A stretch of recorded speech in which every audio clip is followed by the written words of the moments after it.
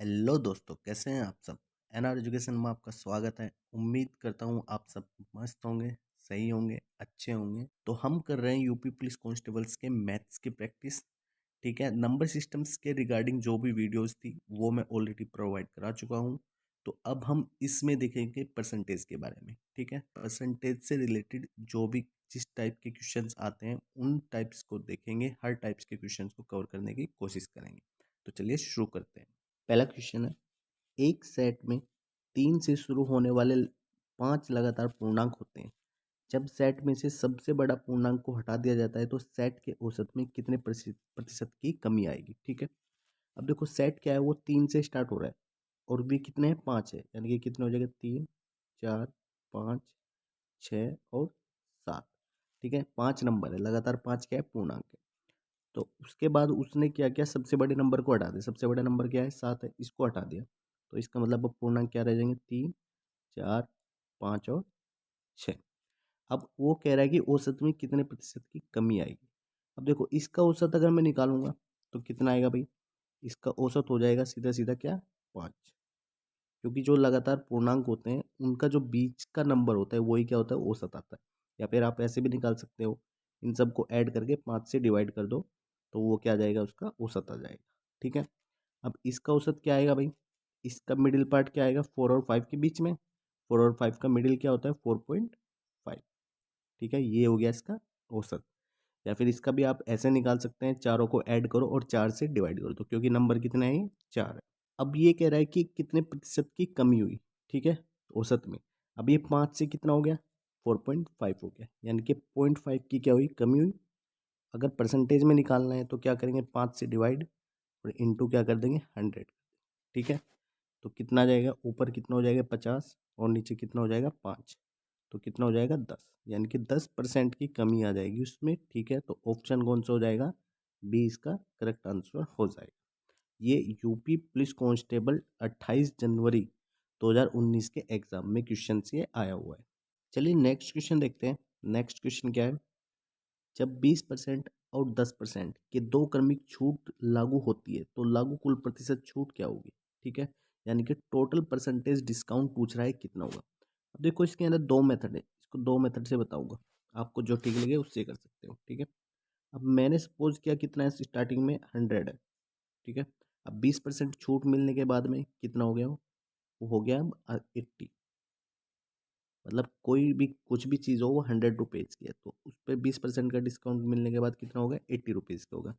अब उसके बाद फिर 10% का और डिस्काउंट है। ठीक है, 10% का और डिस्काउंट है, तो इसका इसका मतलब 10% का निकालेंगे 80 का, तो कितना होगा, 8 रुपये। तो अब कितने की होगी वो, 72 रुपीज़ की होगी। ठीक है, अब यहाँ से यहाँ तक का कितने रुपए हो गए, पहले 100 थे, अब वो 72 की होगी, यानी कि कितने का डिस्काउंट मिल रहा है हमें, 28 रुपीज़ का।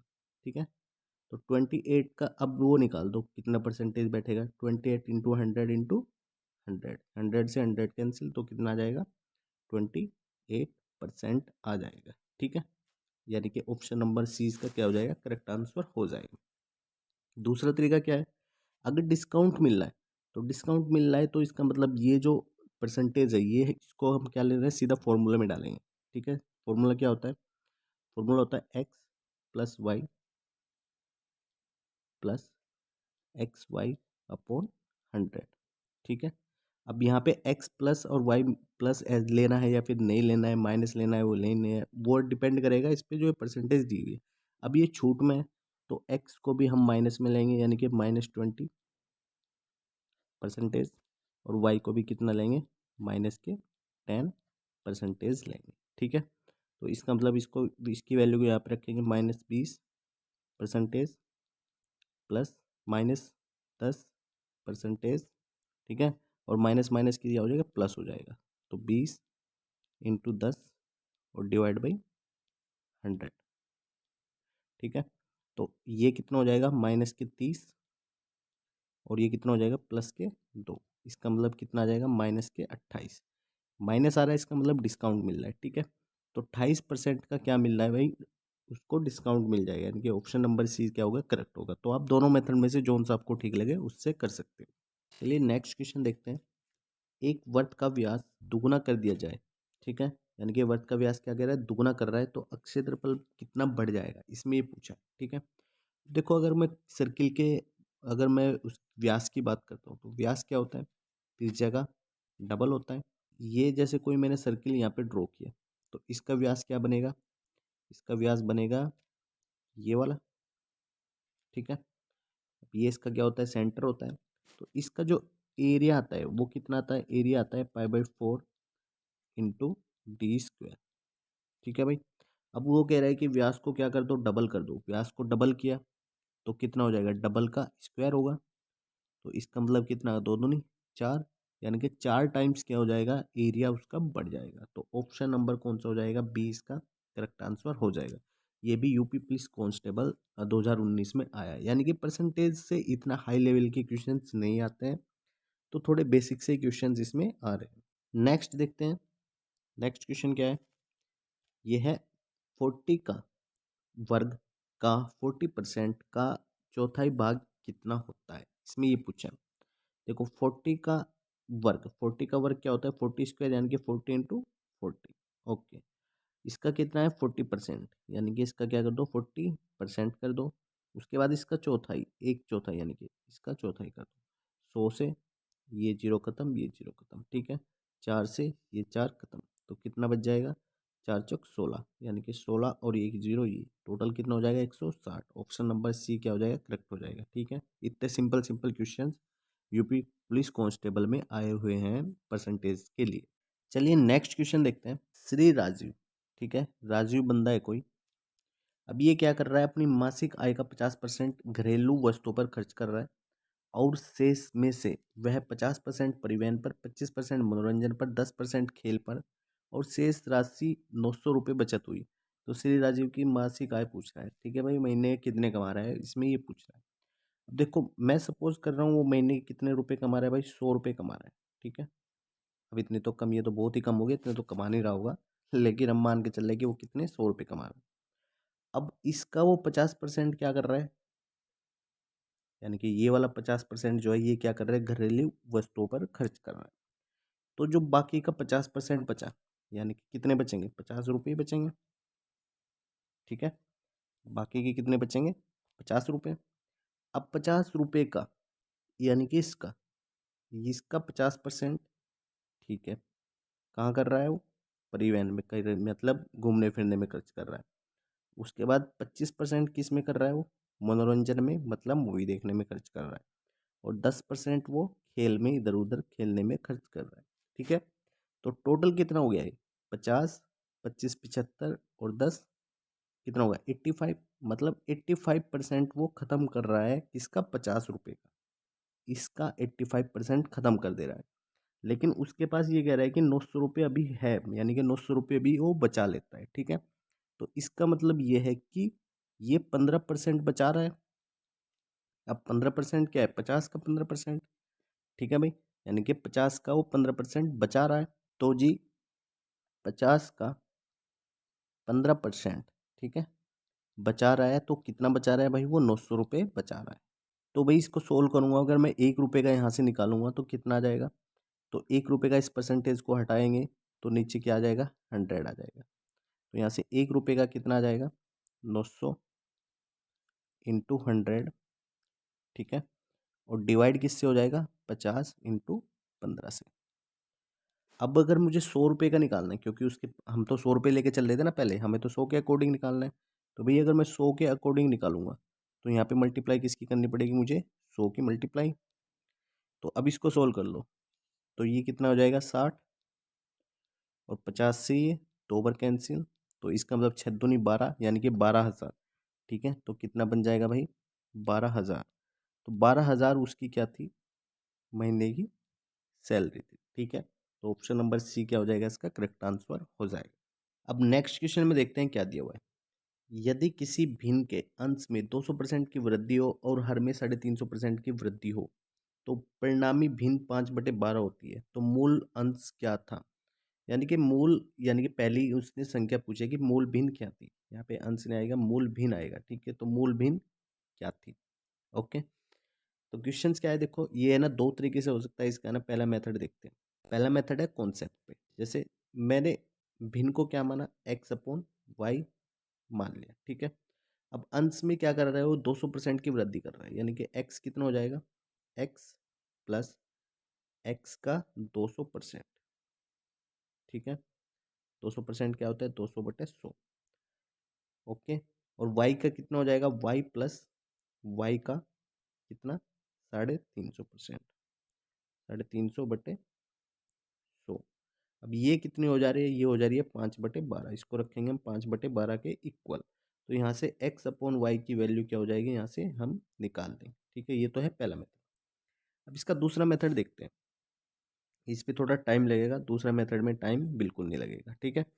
दूसरा मेथड क्या कह रहा है कि देखो जो 200% की वृद्धि कर रहे हैं, तो अंश को मैंने मान लिया एक है, ठीक है।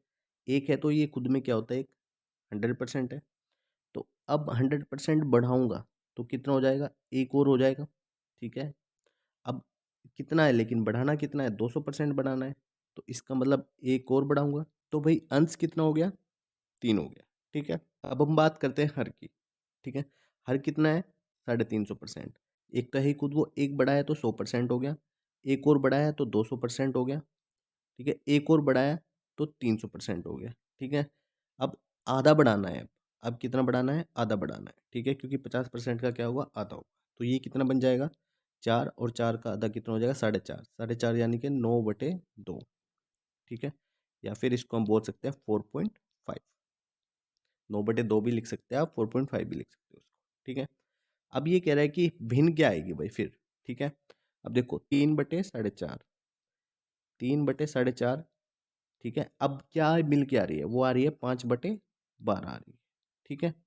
अब एक के अकॉर्डिंग अगर मैं निकालूंगा, एक के अकॉर्डिंग अगर मैं निकालूंगा तो क्या लिखूंगा, इसको 5/12 और गुणा में इनकी ये इधर जाएगी और ये इसके इधर चले, यानी कि 4/5 और डिवाइड बाई क्या आ जाएगा, 3 आ जाएगा, ठीक है। अगर मैं एक यूनिट का निकाल लूँ, मतलब एक का निकाल रहा हूँ अगर मैं, तो इसको सोल्व कर लेंगे। इसको सोल्व करेंगे तो कितना आएगा भाई, ये कितनी बार कैंसिल हो जाएगा, 1.5 बार कैंसिल हो जाएगा, ठीक है। अब ये 4 × 12 और ये 0.5, ठीक है। तो 0.5 ऊपर है और ये 5 यहाँ पे है, तो इसका मतलब कितना हो जाएगा, 2.5। तो 2.5/4, या फिर पॉइंट को हटाएंगे हम तो नीचे कितना आ जाएगा, 0 आ जाएगा। अब 5 से कैंसिल हो जाएगा 5 बार, और ये कितना कैंसिल हो जाएगा 8 बार, यानी कि 5/8, ठीक है। तो क्या बना, 5/8, यानी कि ऑप्शन बी इसका क्या हो जाएगा, करेक्ट आंसर हो जाएगा। तो आपको जो मेथड ठीक लगे आप उस मेथड से इनको सोल्व कर सकते हैं। चलिए नेक्स्ट क्वेश्चन देखते हैं। देखो नेक्स्ट क्वेश्चन है, प्रत्येक एक अंक वाले 80 प्रश्नों की परीक्षा में नेहा अपने 40 प्रश्नों में से, यानी कि पहले 40 प्रश्नों में से 65% का सही उत्तर देती है।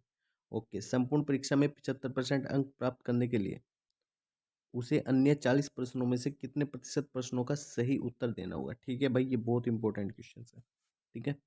तो देखो समझो, टोटल कितने हैं, 80 क्वेश्चन, ठीक है। अब 80 क्वेश्चंस हैं तो मार्क्स भी कितने हो जाएंगे, 80 मार्क्स हो जाएंगे। तो इसका मतलब वो कह रहा है कि पहले 40 क्वेश्चंस, यानी कि उसने पहले 40 क्वेश्चंस किए, 40 क्वेश्चंस में उसने 65% का क्या किया, सही आंसर दिया। अब 65% कितना होता है 40 का, देखो 40 का 70% कितना हो जाएगा, 28, 28, 28 में से 5% कितना आएगा उसका, 40 का 2, यानी कि 28 में से 2 घटाएंगे तो 26। तो 26 क्वेश्चन उसने क्या किए, सही किए, यानी कि 26 क्वेश्चन सही है तो 26 क्या हो जाएंगे, मार्क्स हो जाएंगे। लेकिन उसको चाहिए कितने, 75।